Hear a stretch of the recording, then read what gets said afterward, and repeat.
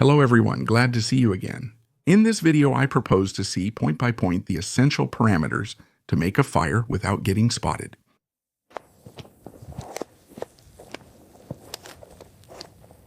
So, I have to thank here all the interns who came this summer and all the interns who have already signed up for the winter internships of 2025 in February, March, and April. So, I didn't set up many dates for this season, but it was mainly to respond to all the requests I had for winter internships that could be complementary to those of this summer. But let's get back to our topic now. As a preamble, I must tell you that you will need to be very careful when you decide to make a fire, and that you will always, of course, need to respect the regulations for the area in question. I'm posting this video because I've noticed that there are big gaps, a big general lack of knowledge about so-called smokeless fires. However, in survival situations, it's important to know how to make them properly depending on the circumstances. Why?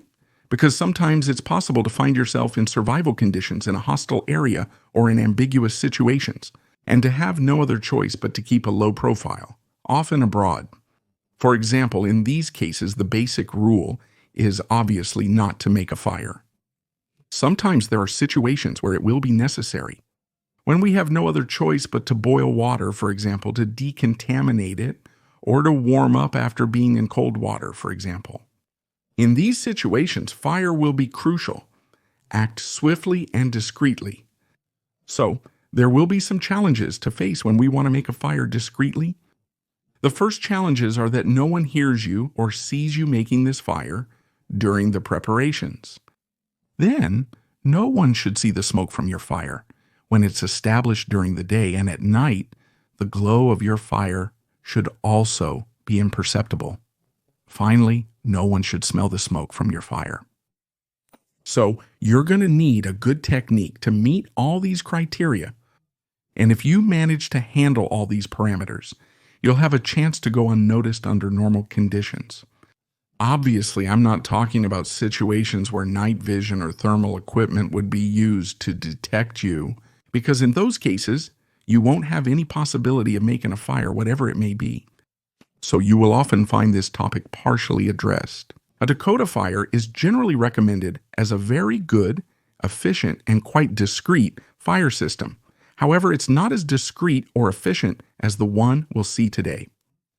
We can also see that the preparatory part of the fire, implementing the fire discreetly, is never addressed. Yet it's one of the most important parameters. Those who have been in the field know exactly what it's about. Preparing a fire discreetly without smoke requires time and a certain know-how. We will see now that, when possible, we will choose a high area to make our fire. So in a hilly area, we will choose the top of a hill or a ridge. For example, depending on the winds and the topography, it will often be preferable to shelter slightly below the highest point of this hill, so as to be visible only on one side. When you're at the bottom of a valley, you'll be much more visible than a team positioned higher up. We will also, of course, look for a wooded area that will dissipate any possible smoke. If you are under the canopy or even in the thickets, in any case, the smoke will tend to spread, and there will not be a column of smoke that could very precisely signal your presence. All areas that are naturally hidden, cluttered, will obviously be favorable. And if you are in a talvec like here, you will have to beware of any possible surveillance that could be exercised from the other side of the valley by setting the fire on this location. As I am going to do, the fire will only be visible from here, so you will have to be vigilant about traffic that remains possible in this area. Here, dead wood standing, so it's going to be a very good candidate for the acacia and tap fire. So very hard wood, interesting. So a little wet on the outside because it has rained lately, but we will see that inside. It should be very good.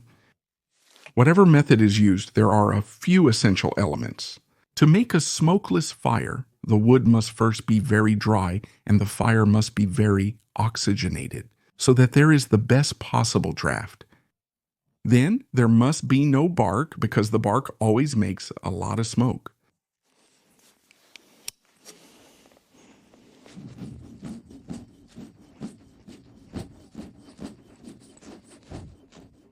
The size of the wood must also be well suited to the volume of the fire. That is, if you put a too large log section in a small fire, it will not ignite instantly, and it will start to smoke. So the same log in a large, lively fire will ignite very quickly without producing smoke. So we will also see that there are species that are favorable for combustion without smoke. So these are the different oaks, beech, hornbeam, ash, maple. Basically, these are hardwood deciduous trees. So these constraints about wood burning are going to force us to do some preparation. So we will need to find dry wood, and we will be forced to melt it down again.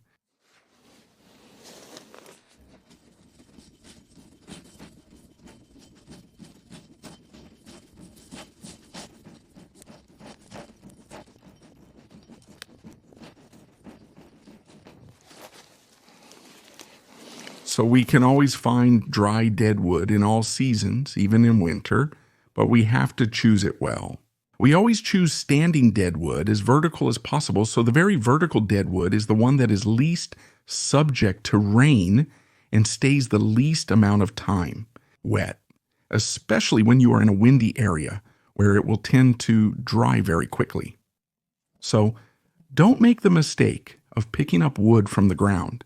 Even when it seems dry to you, it will generally always be wet, even in summer, let alone in winter. So now we're going to address the crucial point, which is the splitting of the wood, also known in bushcraft as batoning.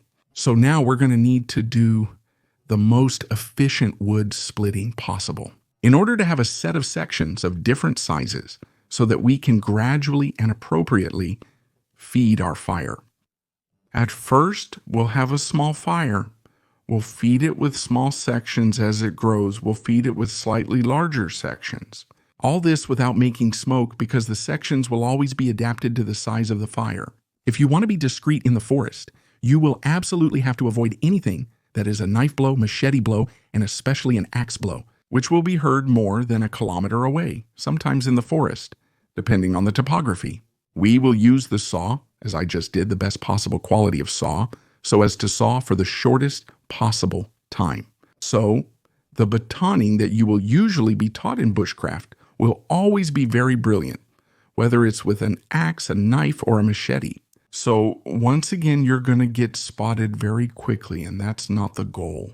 So there are a set of techniques, alone or in a team, that will allow us to baton without noise. So we're going to see two today, two that have the advantage of being practicable alone. So the first technique is the striking dice technique. So I made one here a while ago. So this one is in black locust, in acacia, false acacia. So it's the hardest wood in the region. So always use the hardest wood in your region, if possible. This one was made from a log of this kind and then was shaped. So we're going to have to pay attention to this crack here. We'll take a closer look, which needs to be perpendicular to the grain of the wood so it doesn't break, and really adapted to your knife or your machete. Overall, the groove should be a little less than a centimeter as a general rule.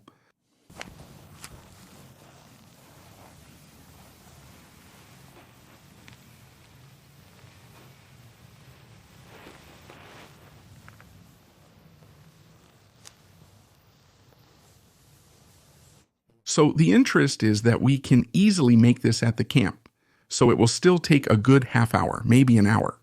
Depending on the tools we have, we will see that to use it, we also need fabric, so we can use any fabric. Here, I'm going to use a pair of socks, so be careful. This technique will prevent the spread of noise, but will reduce it by about 50%, no more.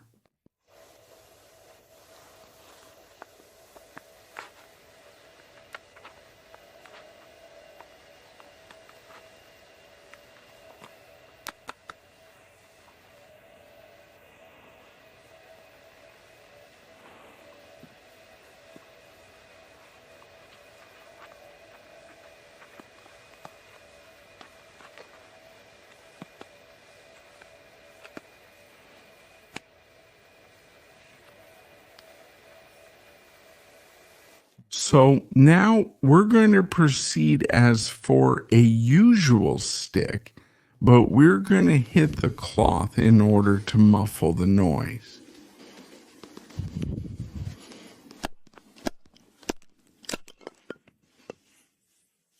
So it will necessarily be slower because you have to hit precisely, avoid removing the cloth that comes off regularly anyway. The more you attack the small sections, obviously, the easier it will be and the less noisy it will be.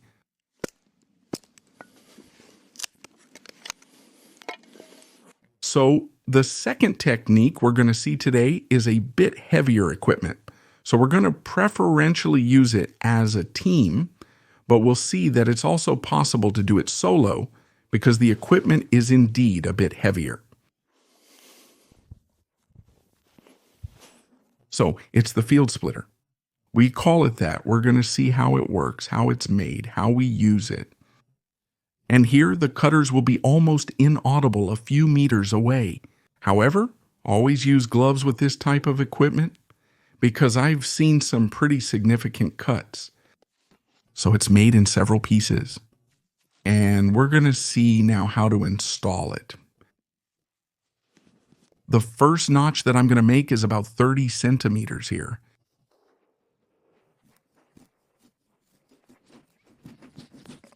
There you go. No more than that.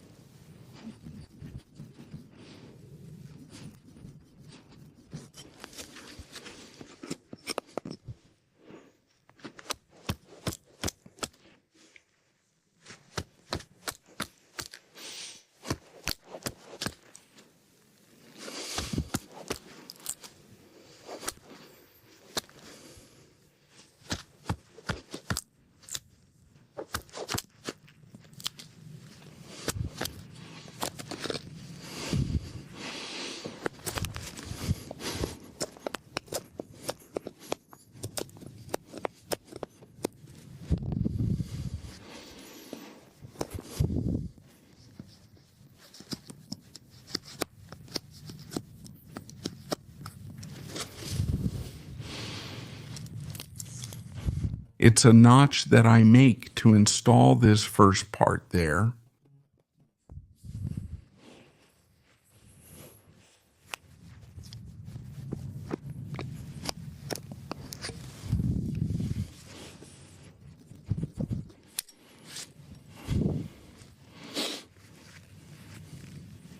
There, it has to be adapted. So now, we're going to ligate this. So here, I have some string, some twine that's about 232.30 meters. That should be 4 millimeters. It's 4 millimeters. This is the Dyneema. So I'm making a girth hitch here.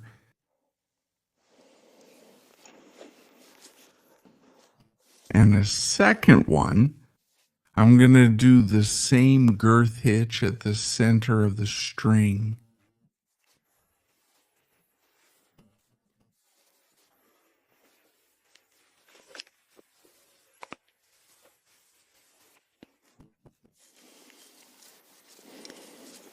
There you have it. And now this will allow me to bind all this together.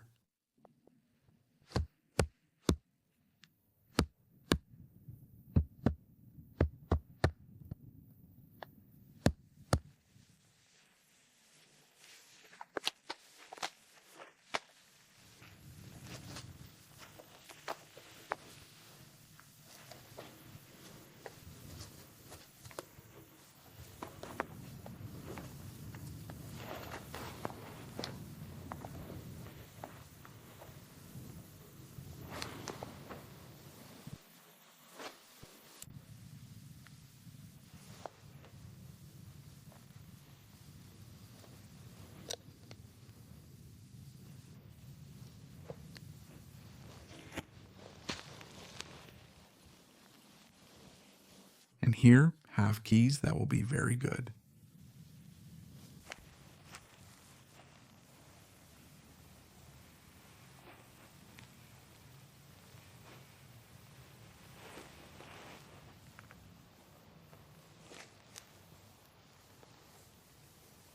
So the purpose of the notch and the ligatures is that this piece does not move at all, and especially does not go back up. When we are going to use the splitter, we will see how. So now I'm going to put this part right here.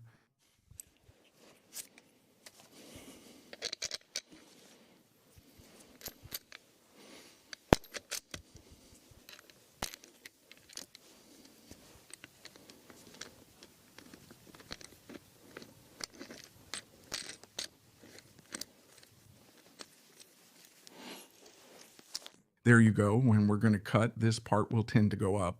That's why we use a solid standing wood as well. So once it's set up now, nothing is easier than using it. And we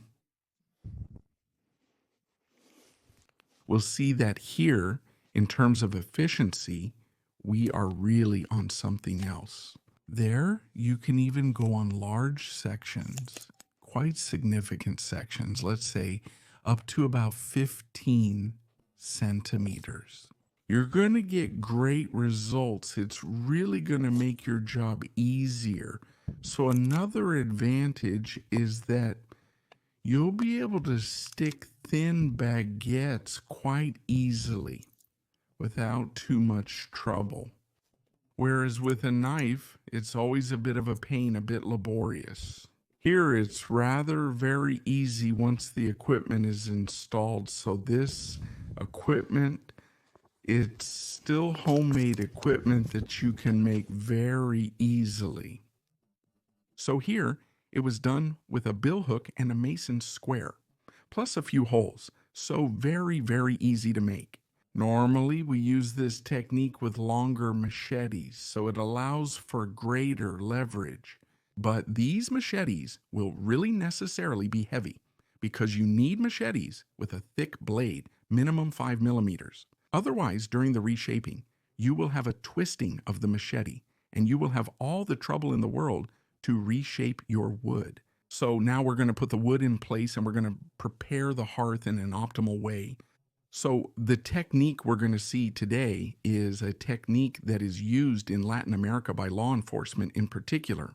And it allows them to incinerate the drugs that are seized on site without drawing too much attention from other potential groups. So generally the hearth, we make it quite quickly, so we find a natural basin or we create one like I did here.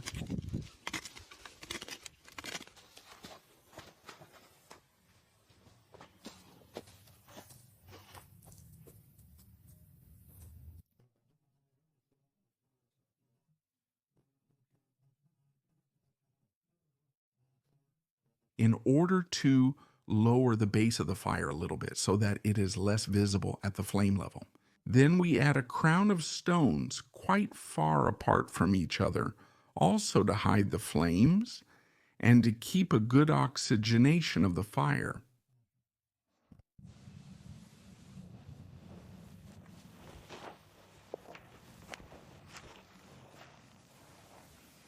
So now, with our prepared wood, we are going to make an Apollo fire, which is also called an inverted fire.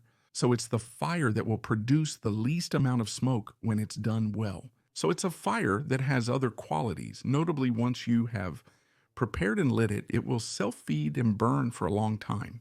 So, which can free up quite a bit of time for other preparations or tasks. So you should know that these are fires that we systematically use in cold areas with frozen or snowy grounds, because these are fires that burn from top to bottom. So they are particularly suited to this type of conditions. You should also know that as long as you add sections of wood suitable for your fire, you will not have any smoke production. On the other hand, as soon as the fire reaches the base, at the level of the logs that I put on the base there, you will have smoke, and that's perfectly normal. So a fire of this size We generally light it an hour before nightfall so as to have no smoke production during the day or in the evening. And from the moment night falls, you may have some smoke, but it will not be a problem since it will be totally invisible at night. So be careful. There is still a classic mistake. It's almost the only mistake you can make on this type of fire. It's that you should not neglect the last stages, which are crucial if you do not make enough small wood. If you do not apply yourself, you have every chance of having a combustion that stops and does not transmit to the lower stages.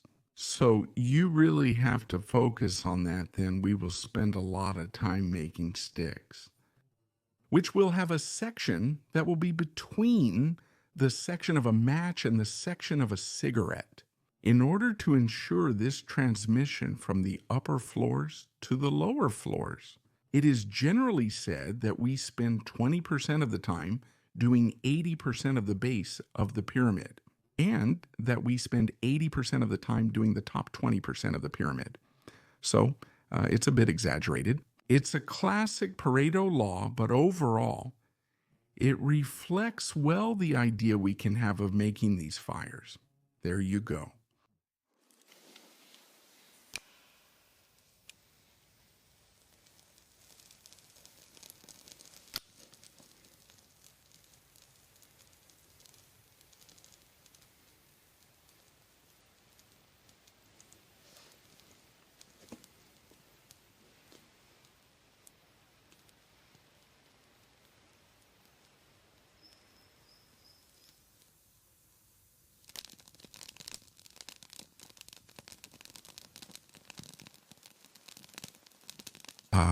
From that moment on, you have almost no smoke until the end of the fire, even when adding sections from time to time.